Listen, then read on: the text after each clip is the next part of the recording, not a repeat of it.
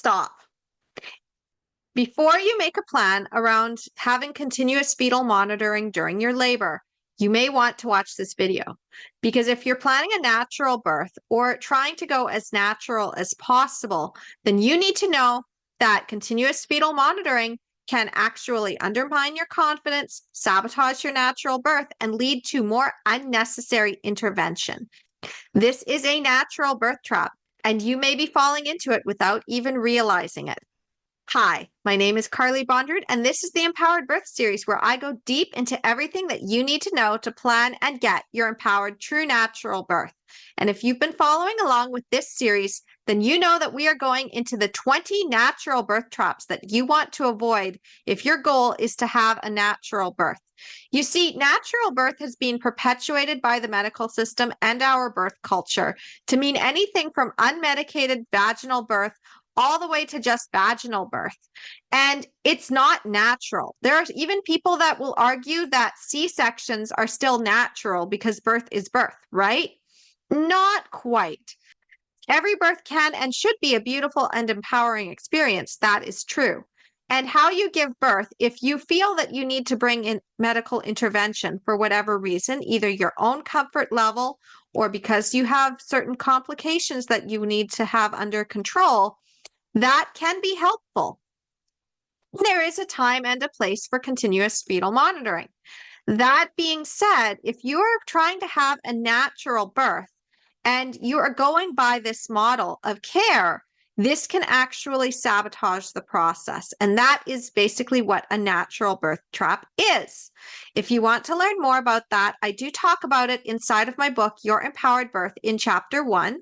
And I also talk about this on my website, empoweringmomsbirth.com/start guide, in the True Natural Birth section. So the key to having an empowered birth is not to avoid all medical intervention, because there is a time and a place for it. But it's also not something that you need to bring in routine. And if you are having a hospital birth, or you happen to have had previous complications, or maybe you even had a previous C-section, your care provider may insist that you have continuous fetal monitoring.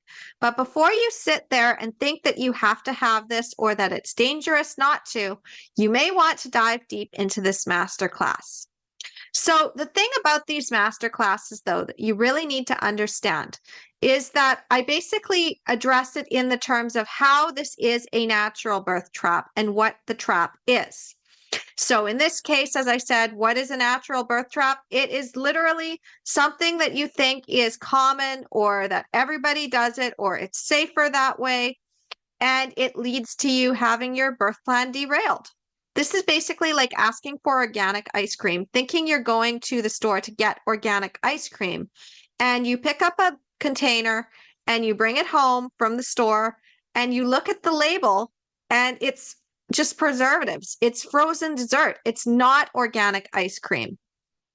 In fact, that store that you went to probably doesn't even have organic ice cream, because you were looking for the label that said organic.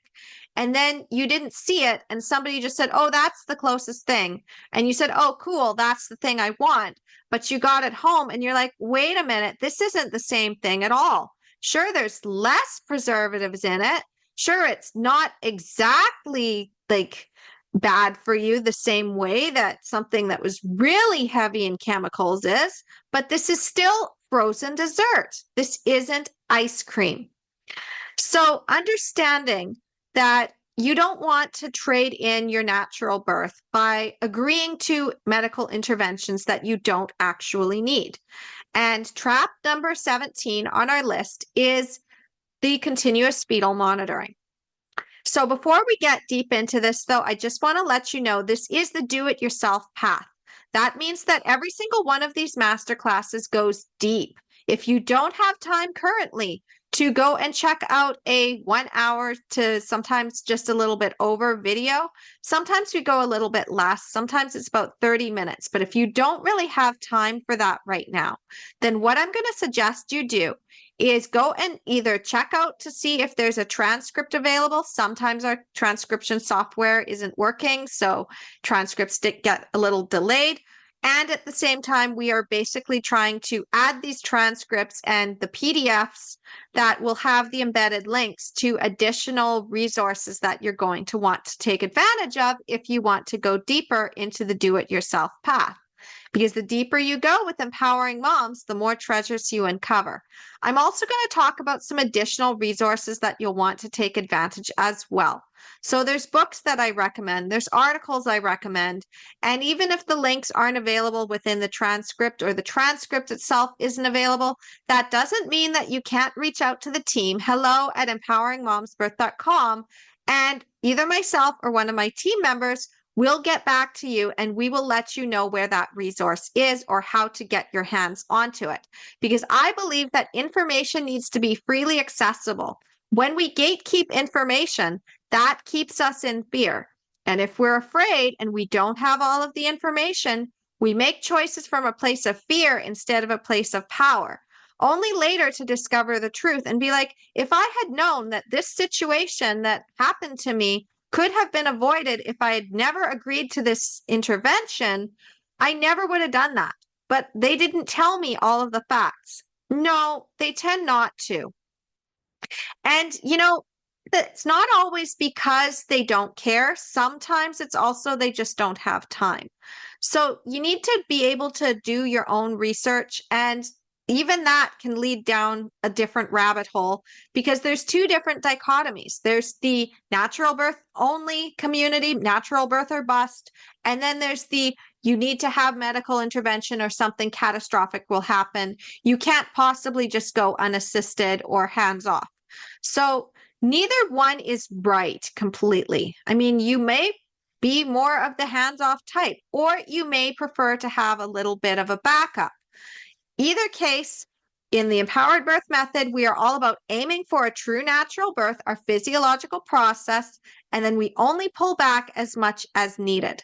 So what you need to understand about these deep dive masterclasses is, as I said, I'm going deep into them. I'm going to cover the nuances. I'm going to show you basically how this is a trap, how it undermines your confidence. I'm going to teach through story. I'm going to tell you my own experiences with continuous fetal monitoring and why I hated being on the strip for those 20 minutes that they said I had to be on it. Why a lot of my past clients opt to have no monitoring whatsoever, and how this also can lead to lots of C-sections happening that otherwise wouldn't happen if they didn't have this policy around continuous electronic fetal monitoring. I'll also tell you about additional resources, and I'm going to share my own brand of magic, the empowered birth method. And you're actually going to get the steps. This isn't a fluff video. If you've been following me for a while, you know that. So be prepared to start taking notes. Take advantage of the rule of 3. Watch this video once, get the overview, watch it a second time, you'll get some aha moments you didn't see before, and watch it the third time, and you're going to be able to custom create your own map. I'll also tell you about the 3 paths to getting an empowered birth. So within the empowered birth method, you can basically pick your path. I don't think that just one size fits all.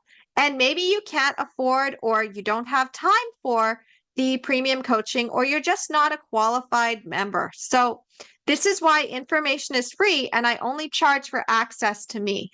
I even have self-study courses that are also free to access to the public, or by putting in your name and email and doing a subscription model. Because information in itself is not what you pay for. You pay for support with Empowering Moms. So I am committed to you having an empowered birth, whether you work with me directly or not, whether you get any of my programs, whether you even join my email newsletter. So the thing is, you're already in the community just by being here. And all I ask is that you find value with Empowering Moms and all of the things that I'm teaching, then please pay it forward. Like, share, subscribe, and comment. Tell other moms about this. When you're in the mom groups, make sure you drop links to these videos. Because, I see a lot of surface videos on continuous fetal monitoring. I see a lot of dense articles being shared, and they're not awful. They're actually really good sources of information. In fact, I often share them myself. I draw on that information, and most likely they get embedded into the transcript itself. So you may want to check that transcript again because I do embed those links. The thing is that information on its own is not enough. So I also add something that most of the articles and the mom groups don't add, which is context. You need context to be able to make the decision for yourself that's right for you. Because two people can look at the same information and make completely different choices. So I want you to take what resonates and leave the rest. Now, how this structure is basically going to work. I'm going to share a story. Then I'm going to go into all the ways that your confidence is undermined. I'm going to share a little bit of the backstory of why continuous fetal monitoring became a thing in the first place, what it actually was intended to do, and how it's not really measuring up. So I'm going to give a little bit of that evidence. I'll also share additional resources that you'll want to check out if you want to go deeper. Because, sometimes it's helpful to just notice that those resources are there. How deep do you really want to go? Because I have so many resources when it comes to continuous fetal monitoring and the other natural birth traps. This is kind of my passion, even before I became a coach. When I was a mom and I was getting pregnant with my first baby, I became the perfect student. And then I realized that a lot of what I was learning, I'd been taught what to think, but not how to think about it. And I started asking questions that they really didn't like me asking because I was stirring the pot, because I was bending the rules. But once I realized just how much my birth could have been affected by following the rules, this is when I broke free. And that's what empowered birth is really all about. I believe that when you have an empowered birth, you're an empowered mom for life. No one can take your power away from you again. So I'm going to show you how continuous electronic fetal monitoring undermines your confidence, how it sabotages your physiological birth process, and how it often leads to unnecessary medical interventions, including a C-section. I will share about the rich history, and then I will apply the empowered birth method to this so you can make your own empowered decisions. I will share about additional resources that you may want to take advantage of within our overall library of resources, because I have courses, I have workbooks, I have little articles, I have other videos. So I also have my collection of books, as you can see behind me. One of them is Natural Hospital Birth by Cynthia Gabriel. And the other one that you can see very visibly is Your Empowered Birth, which is my book, as you can tell. So if you haven't read my book, I would suggest that you go check that out at some point. Maybe not right now, but when you're ready to do a self-study, that is where I'd suggest you start after the Reset Your Mindset for Empowered Birth mini challenge, which is before the book, technically.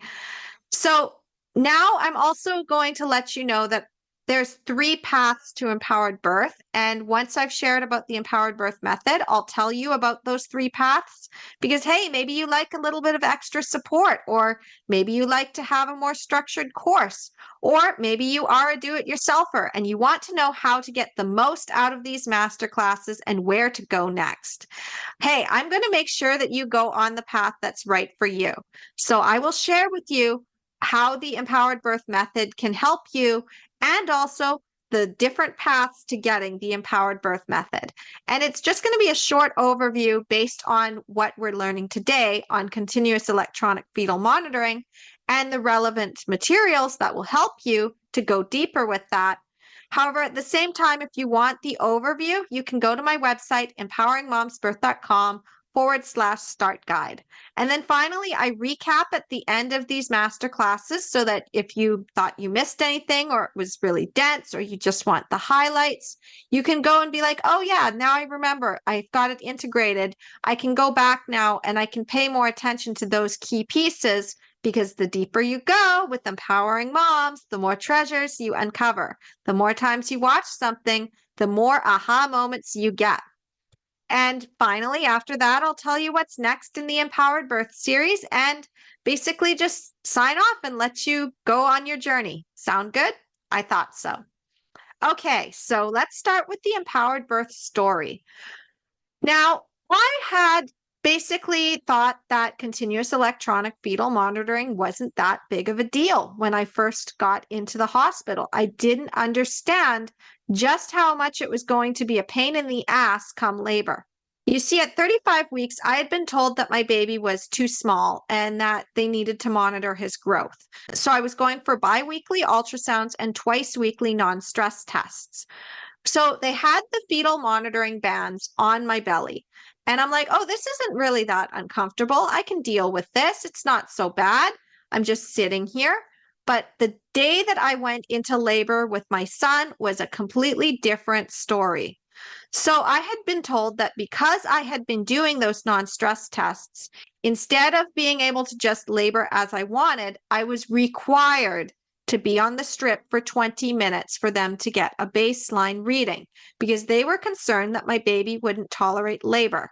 And let me just tell you that that time, those 20 minutes in kind of early active labor were hell, absolute hell. Where I had been coping easily with the contractions before, and I'm like, oh, these are really sharp. They have a sharp peak to them. But as long as I'm able to move and sway my hips and squat down and lean forward and do all these things, all these movements, I can get through the hardest part, which is really only about, oh, I'd say 30 seconds out of the whole contraction because it builds up like a wave. Okay. So it's like you start to feel it come on, then it starts to get a little painful, then it's really sharp right here, and then it eases off. So it's really about 30 seconds, sometimes less than 30 seconds, depending on how deep you are into labor. And, you know, I didn't recognize that. So I'm sitting there, I'm like, oh, I'm doing okay. I'm just coping with my labor. It's easy. And then they're like, okay, get on the bed. And now you're strapped on the bed with this fetal monitor and you can't move for 20 minutes. You can't get up and move around. You can't lean over the bed. You can't walk around. You can't do a deep squat because if you do all those things, the little sensors are going to not be in the right place to tell us what the contraction pattern is and how your baby is coping. So I was sitting there and I'm like, oh my God, this is hell. I hate this. Like, I can't do anything through these. I just have to sit here. This is absolute torture. And remember, I was only there for 20 minutes. So my doula had suggested to shake my leg through the contraction, and that sort of helped at the peak of it. And this is something I also utilized when I was in labor at home sleeping, because I would just be going in and out of my trance because I was laboring all night. And I'd just wake up, I'd shake my leg through the contraction, and I'd go back to sleep. This is also why I love the pool, by the way, because I was able to just sit in the pool, have other people keep the pool warm for me, and I would just kind of doze in between contractions. Not only that, but one of my empowered moms, Rebecca, who you can read about inside of Your Empowered Birth, and she's also featured on my website in the success stories. She also was dozing in between contractions, even at the hardest parts of labor during transition and pushing. When she was in the pool, she was dozing off. But again, with the fetal monitoring, you can't do that. You can't get in the water. It's not really waterproof. Any of them that are waterproof aren't always going to be able to tell whether baby is in a good position, and you may be asked to get out of the water if they can't get a good reading. I didn't know this and I didn't have this, but what I did notice is that having those contractions and being stuck in the bed with the fetal monitor sucks. It just sucks. Now, the other story is basically my friend Christine. She had the electronic fetal monitor because she was being induced. And this then led to her having the heart decelerations because she was stuck in the bed with this fetal monitor. And then she ended up having a C-section. We don't know if maybe she had been able to get into a different position or if she hadn't been induced, what would have happened.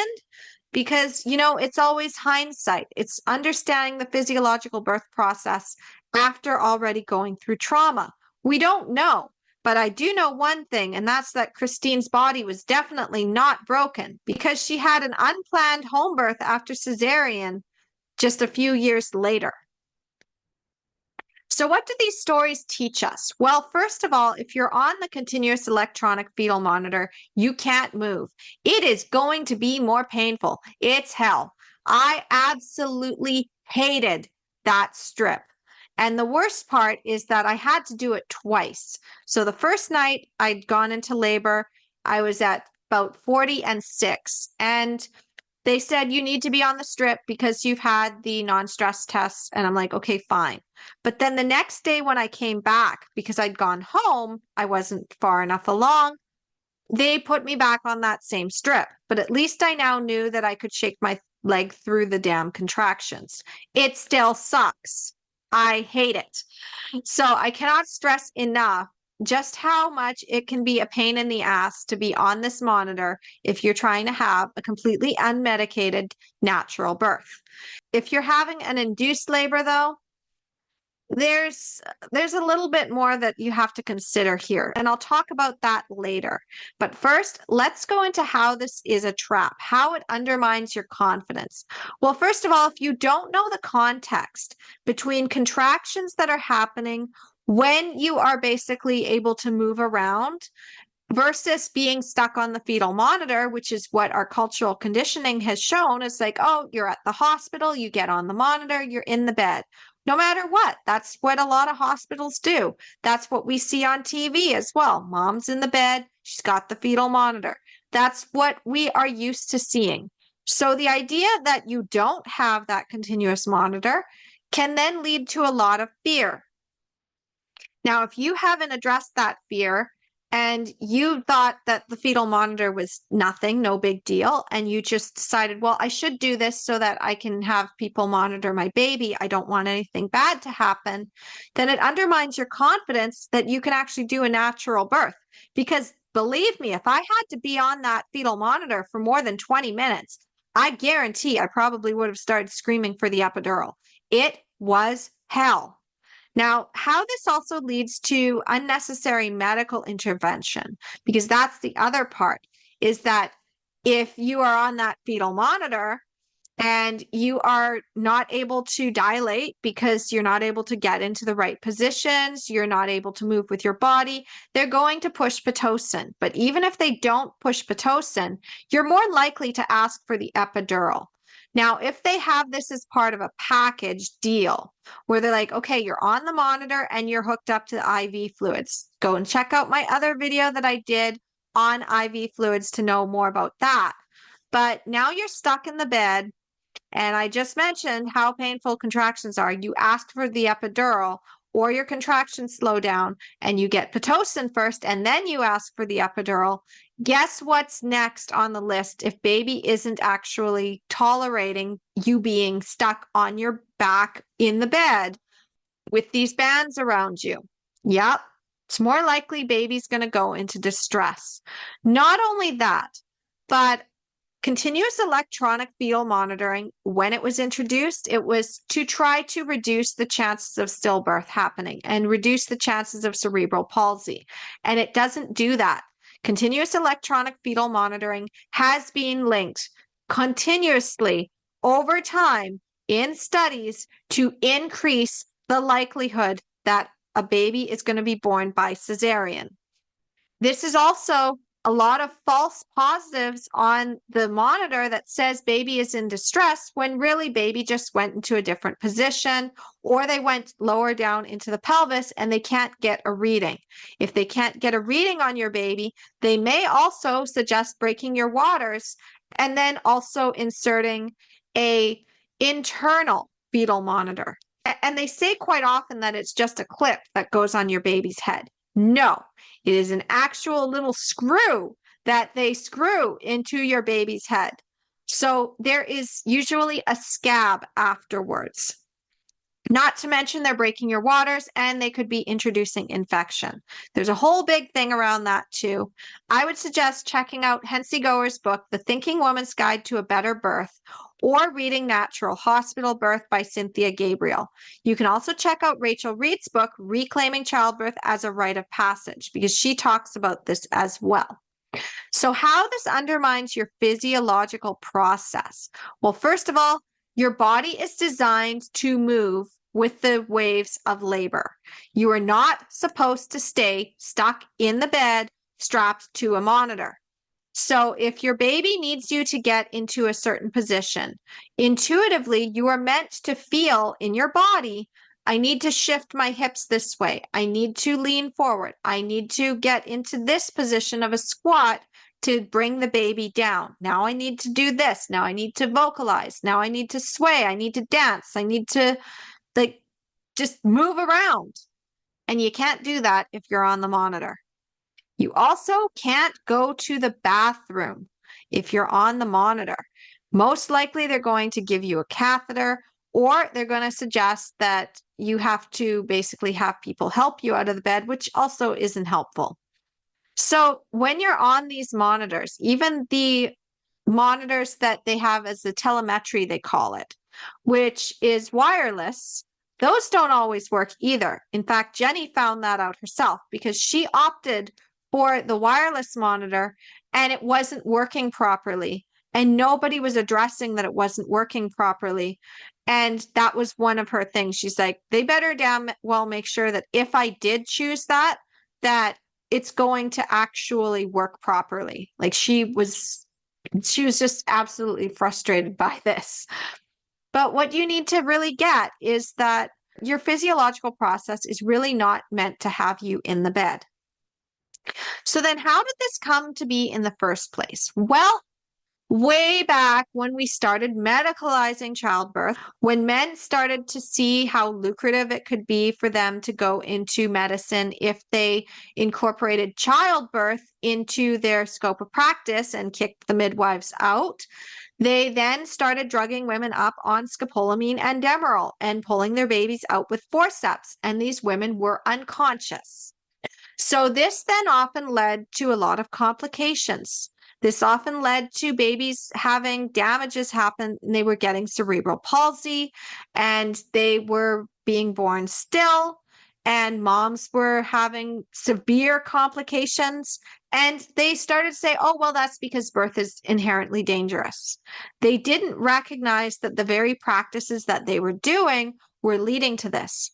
So instead of recognizing maybe we should go back to the physiological birth model and stop drugging these women up on scopolamine and Demerol, stop dragging these babies out with forceps, stop strapping mothers down on their backs so babies get stuck, maybe what we could do is go back to the way things were with the midwives actually supporting births, and maybe we only do our medical interventions like every 10% of births that are happening, because that's more of an ideal. No. They wanted the moneymaker. They had already basically gaslit entire generations of women into thinking that their bodies were the problem. So they instead developed the external fetal monitor. And suddenly every labor required it, because they wanted to avoid cerebral palsy, and they wanted to basically use those strips to say, hey, see, we did everything possible and the baby went into distress. It's not our fault, and basically protect their liability if they had that strip. But what this did is, instead of reducing the chances of cerebral palsy, which it did not, and reducing the chances of stillbirth, which it did not, this led to a lot of moms having C-sections starting in about the 80s to 90s. This is when everybody was on the monitor. It was so popular and it was new technology. And then the C-section rate was driven up by that. So then they're like, oh, well, we're still not going to get rid of the monitor because it's important. But I guess mom's body is just not up to the task of labor anymore. Maybe it's that we have a sedentary lifestyle. Maybe it's that they're just older now. Maybe it's that they're just not healthy anymore. And now we have this epidemic in our culture where the medical system is saying that it's us that are the problem, and society is believing that moms are less healthy, and therefore we need to have the monitor to basically stop any bad things from happening, when it's really a false sense of security. It really is, because there are just way too many variations that can happen. And it's leading to more C-sections and causing more harm than good. Now, I'm not saying that the fetal monitor is completely bad and we should not use it ever. Because when you are introducing Pitocin, you do need to be able to monitor the baby. When you are inducing, you are no longer going with the physiological process. The second you stop having a physiological birth, that is when more medical intervention and monitoring is appropriate. So if you do happen to have complications and you feel more comfortable going on the monitor, there are several different options. First of all, there's intermittent monitoring, where they just use the Doppler every 15 minutes. And then there's also the possibility of being like, well, I'll be on the monitor for 20 minutes and then I'll take an hour or 2 hour break and then I'll get back on the monitor and see where we're at. Or I'll have more monitoring at certain points, and once I feel comfortable, then I'll be off the monitor for the rest of my labor, because now I at least know my baby's okay. So there's lots of ways that you can do this. And again, this is where the empowered birth method comes in, because when you are advocating for yourself and changing the way that the system basically does things, this can then lead to the pushback or people saying that it can't be done this way. Jenny has proven that it can be done this way. My other clients have proven that they can build their own path even within the hospital system. So there are loopholes and there are ways to change things to custom fit what you need and what you are most comfortable with. You do not have to fight, beg, or compromise during your labor or your pregnancy or your birth experience, or even your postpartum or your motherhood. You can custom craft this exactly how you want it. There are always alternatives. And that ties into the empowered birth method. So in order for this to work properly, what you need to understand again is we aim for a true natural birth and we pull back only as much as needed. Continuous electronic fetal monitoring is not the main plan. Remember, it's not physiological birth if you're having that continuous electronic monitoring, because you are being restricted in some way. However, if you want to put that into your backup plan, then that is something you need to really understand. When are you going to bring it in? What are your hard lines in the sand of what you would be like, I'm not doing it unless something like this happens? Where are those pink flags that would indicate that you need to cross that hard line in the sand?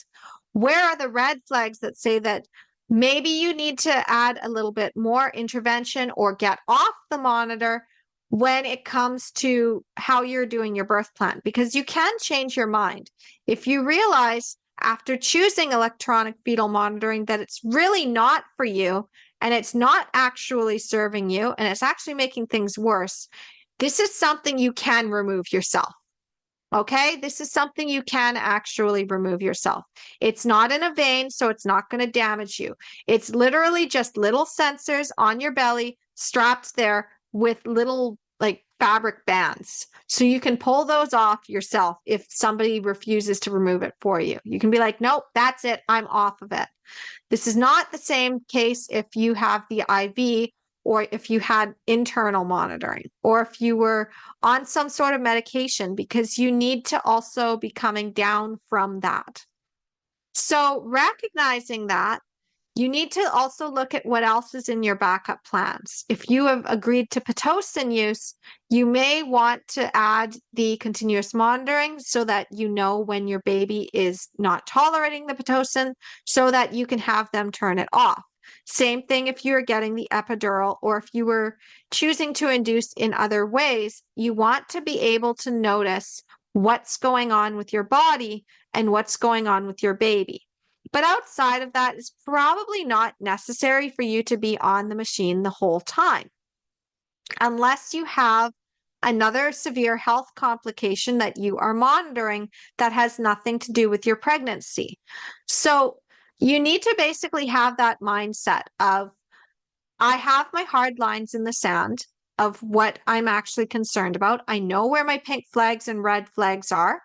And I am also going to aim for my physiological birth and pull back only as much as needed. This is a backup plan. This isn't the main plan.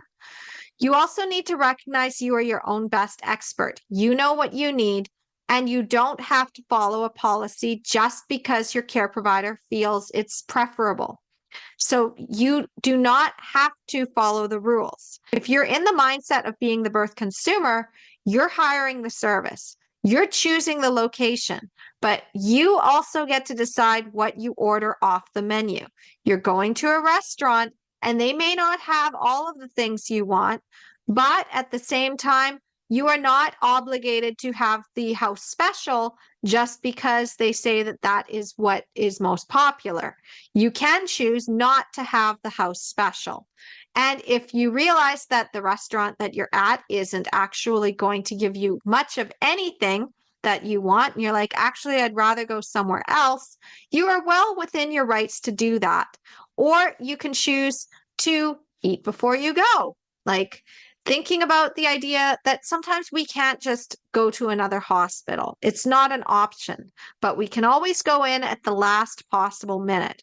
We can always choose to have a hands-off hospital birth and not opt into all of the offerings of the hospital.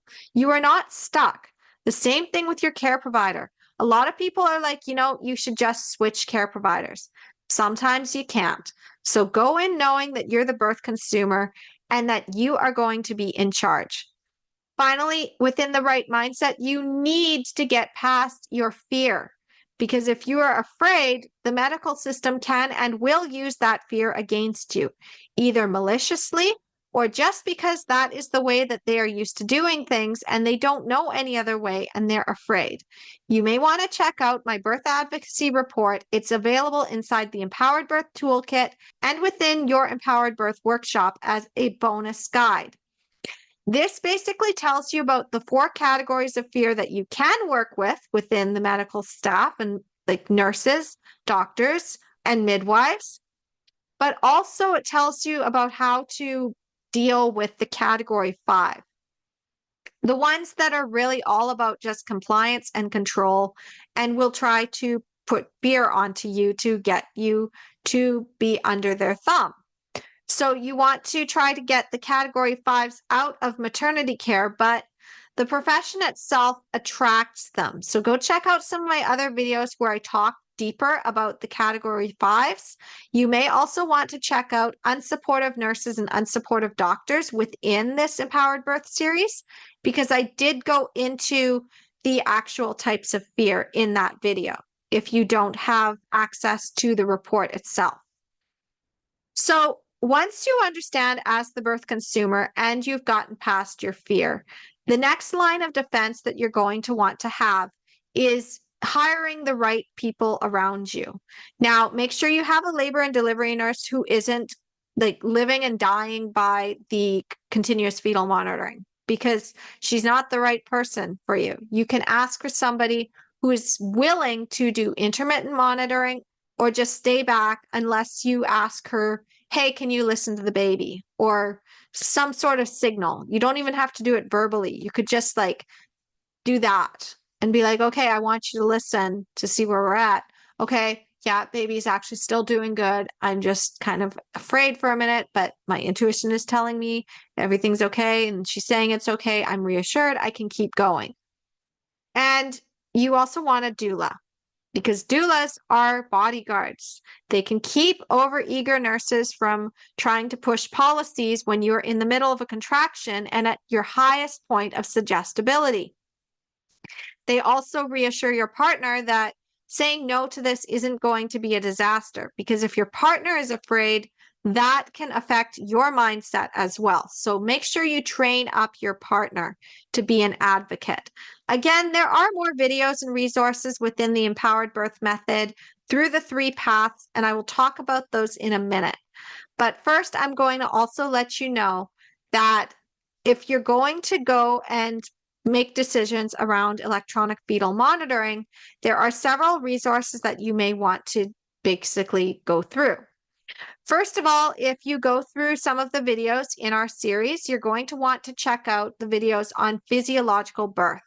So I have linked those inside the transcript. I'm also going to suggest that you check out the 26 things that you need to know if this is your first time planning a natural birth series, because this goes into birth advocacy 101, such as deciding alternatives, understanding and assessing your own risks, and how to confidently say no to your care provider when they are pushing interventions on you.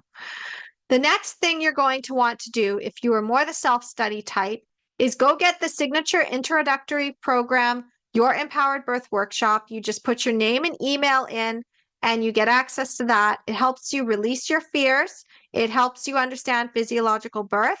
It helps you understand making decisions around interventions. And it also helps you create your birth plan, how to hire your care provider. And there's a little bit on birth advocacy as well.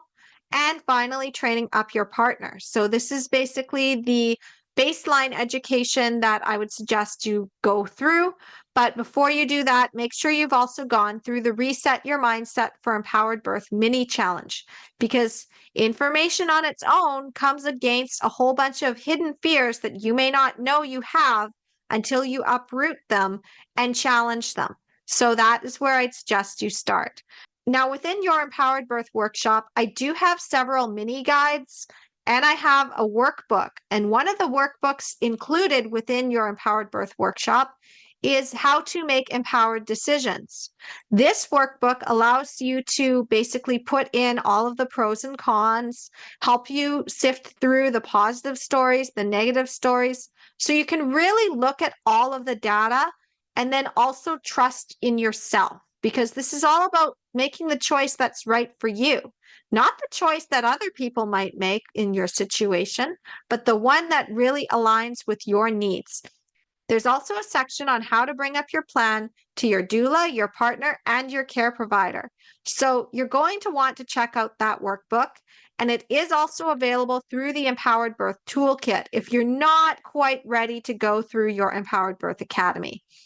Both options put you on the email newsletter as well, which means that you will have access every single week to my deeper education, where I'm going to tell you, first of all, what happened during that week for me. So it's an actual story of, well, this is what came up, this is what my insights were, and now I'm going to talk deeper about that later. There's also sections telling you what was created during that week or what's coming up. Maybe I'm creating a new self-study program and you're going to get first dibs access to that, even in the beta testing stage, or even be invited to contribute your own thoughts and your own questions to really make that course so valuable that if you went through it, you would have your empowered birth and you'd be like, finally, I can finally do this myself. And, then I also share empowered mom magic within this, because it's not just about applying the empowered birth method to your birth. When you have an empowered birth, you're an empowered mom for life. No one can take your power away from you again.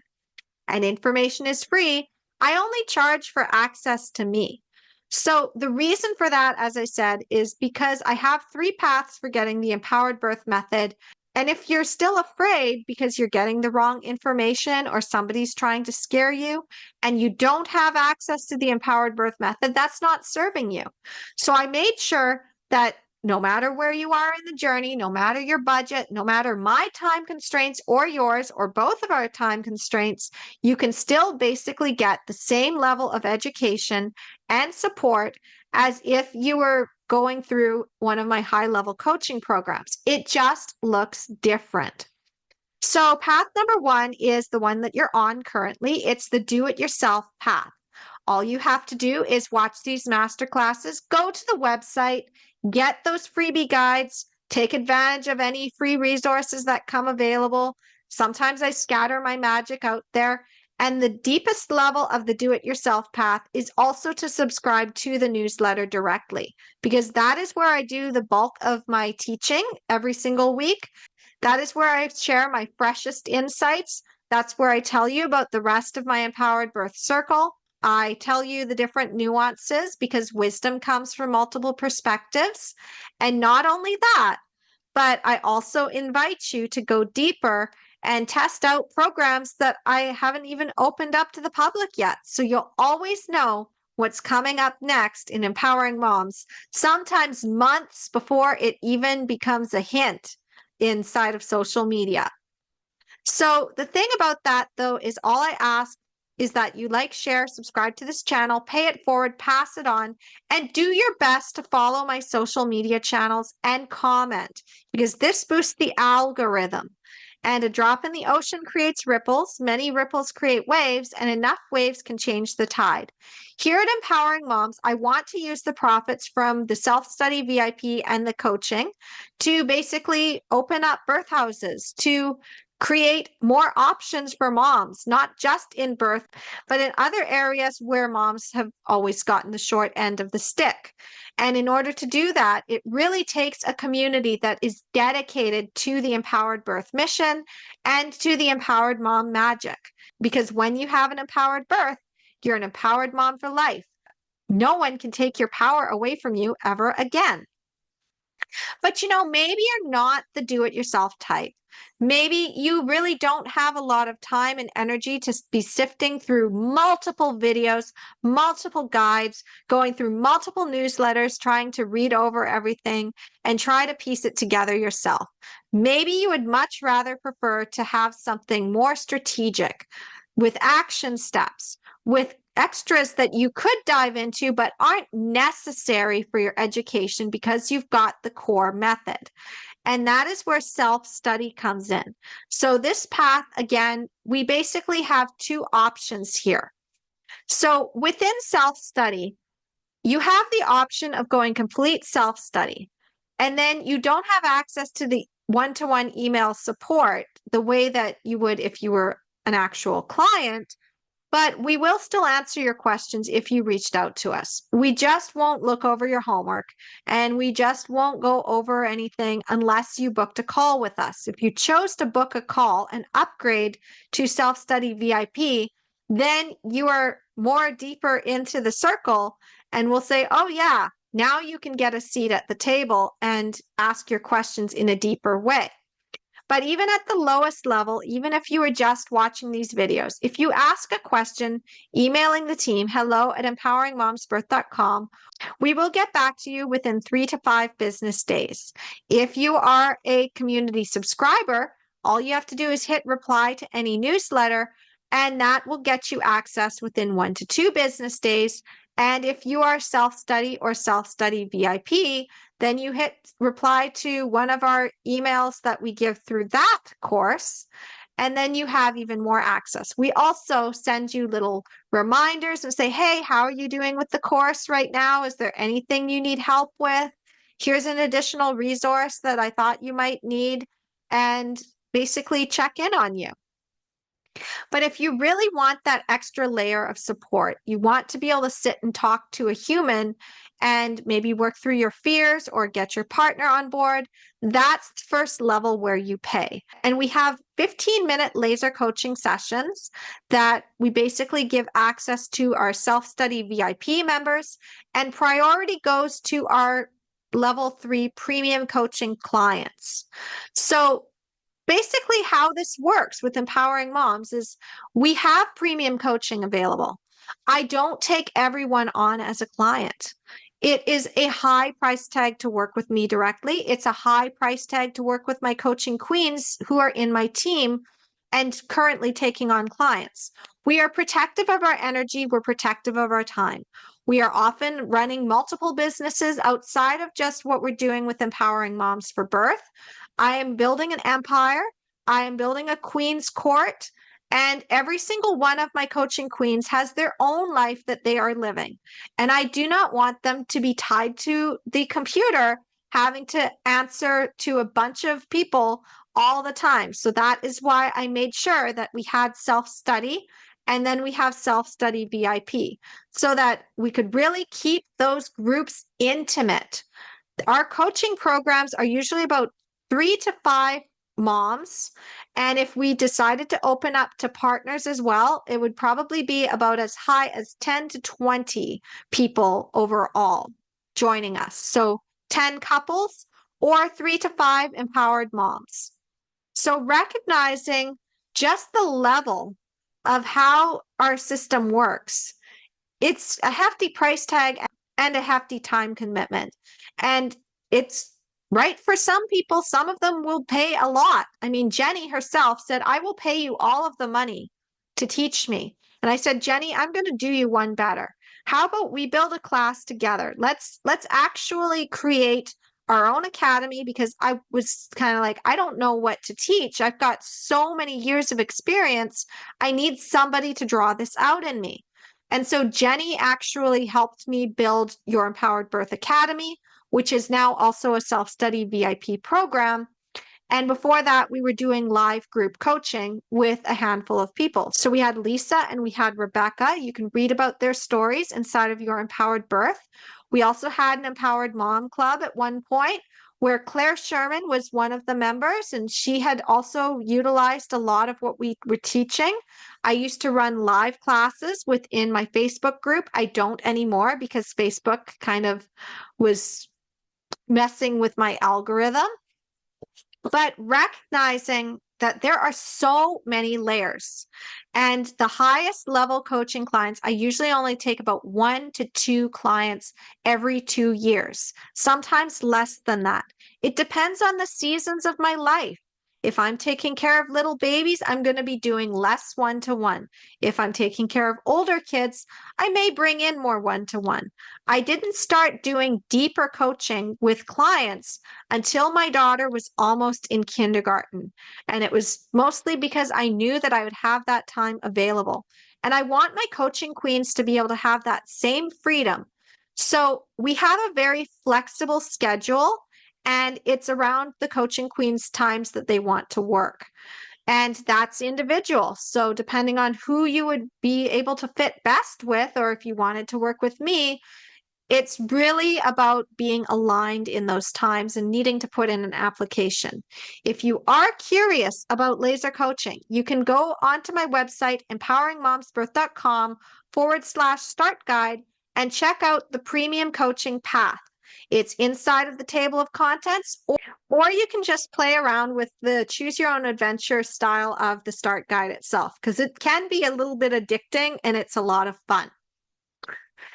Now, as I said, though, we don't work with everyone who applies. So if you are not at the level where you can actually qualify for premium coaching, or maybe our classes are full, or maybe the coaching queens aren't taking on anybody, there's certain seasons of the year that we really are more focused on our family than we are on working one-to-one.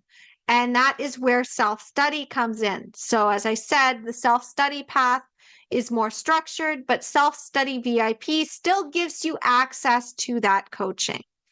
So understanding now about those 3 paths, you just get to pick which one you want to do. And, I do have clients who have done all of it. They've done the do-it-yourself and they've binge watched on the videos. They've done a course or they've read a book and they're like, you know what? I want to work with Carly directly. And then they basically bypass the system within a few days sometimes of binge watching content. And they're like, okay, I want to work with you. That's why I have the intake form now, so that I don't get those surprise bookings anymore. Because again, I'm very committed to moms no longer getting the short end of the stick. And I embody everything that I teach. So I am embodying the empowered mom, and Jenny is the empowered mom that I trained up and taught everything I knew. So I know how powerful you can be at any level. And you can do this with do-it-yourself. You can do this with self-study, and you can do this with a little bit of coaching or working with me directly for several months or even just like 6 weeks. Whatever your path, Empowering Moms is here for you. One size does not fit all here.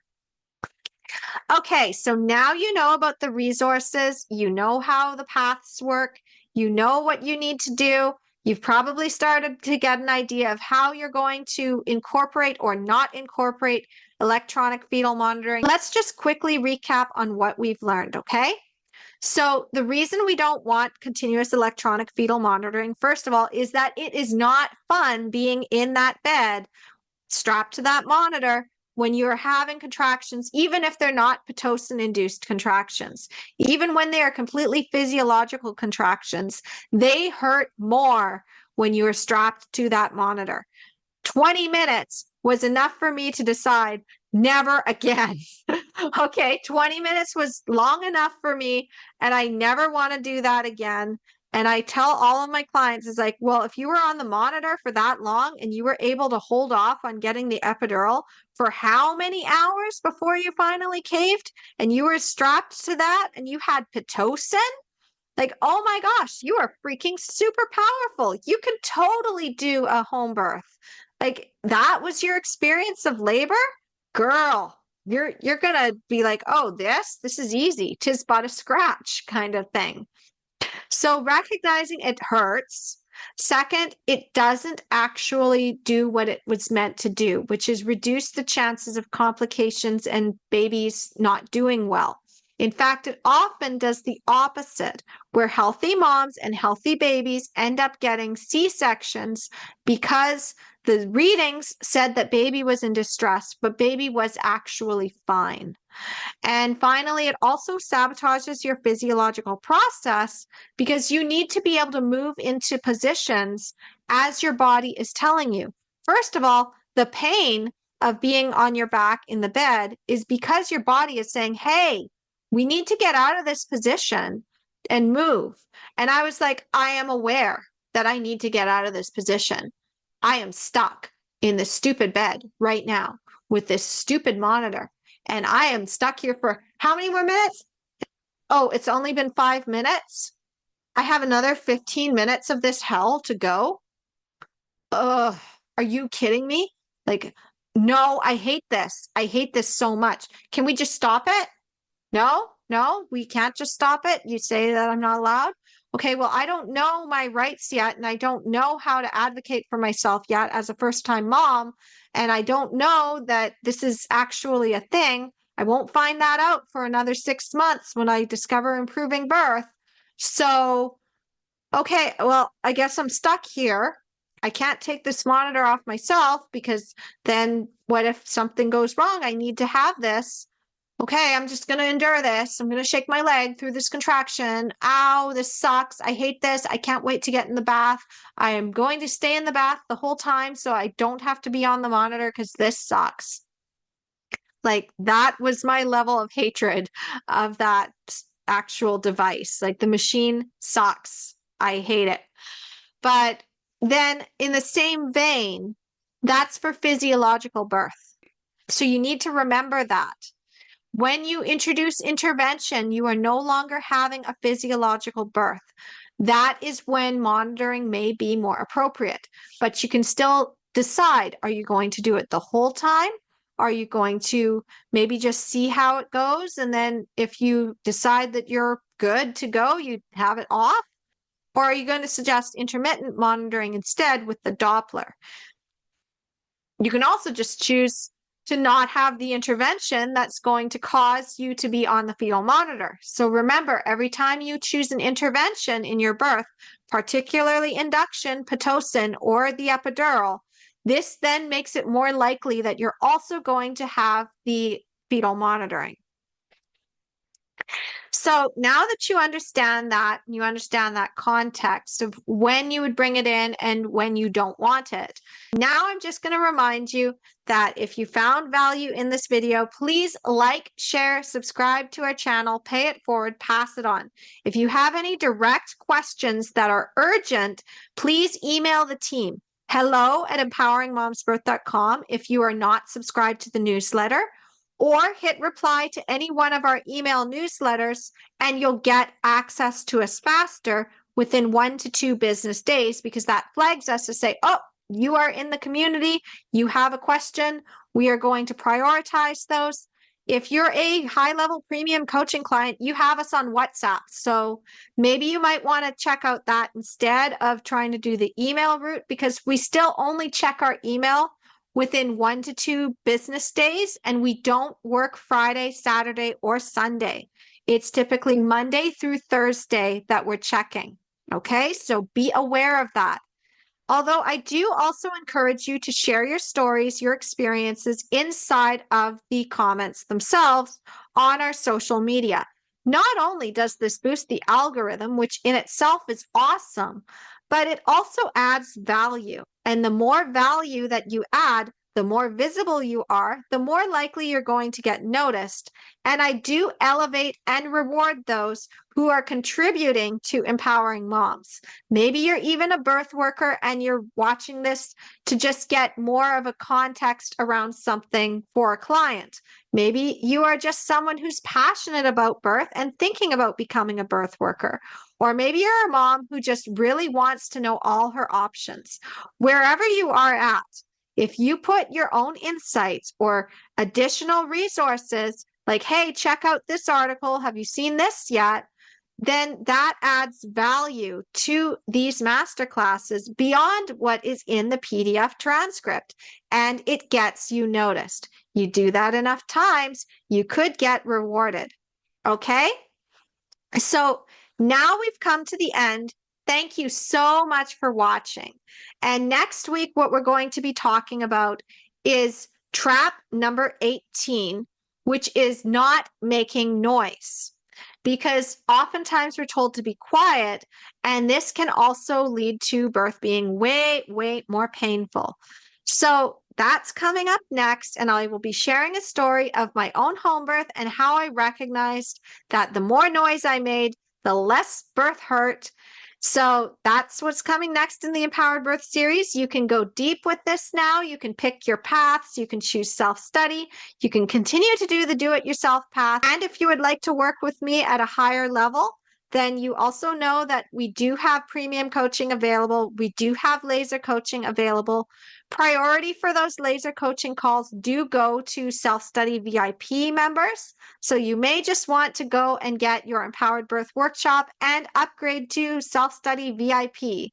It's a very easy course, and it's less than the price of groceries today. So, I mean, I'm not even talking about less of the price of a full load of groceries. I'm talking you needed to get dinner for the next 2 nights kind of thing. Okay? So thank you again for watching. Have a happy empowered birth journey. Whether you're birthing a baby, birthing a creative project or business or a movement, or rebirthing a new version of yourself, Empowering Moms is here for you. So thank you again. I look forward to hearing your empowered birth story. Namaste.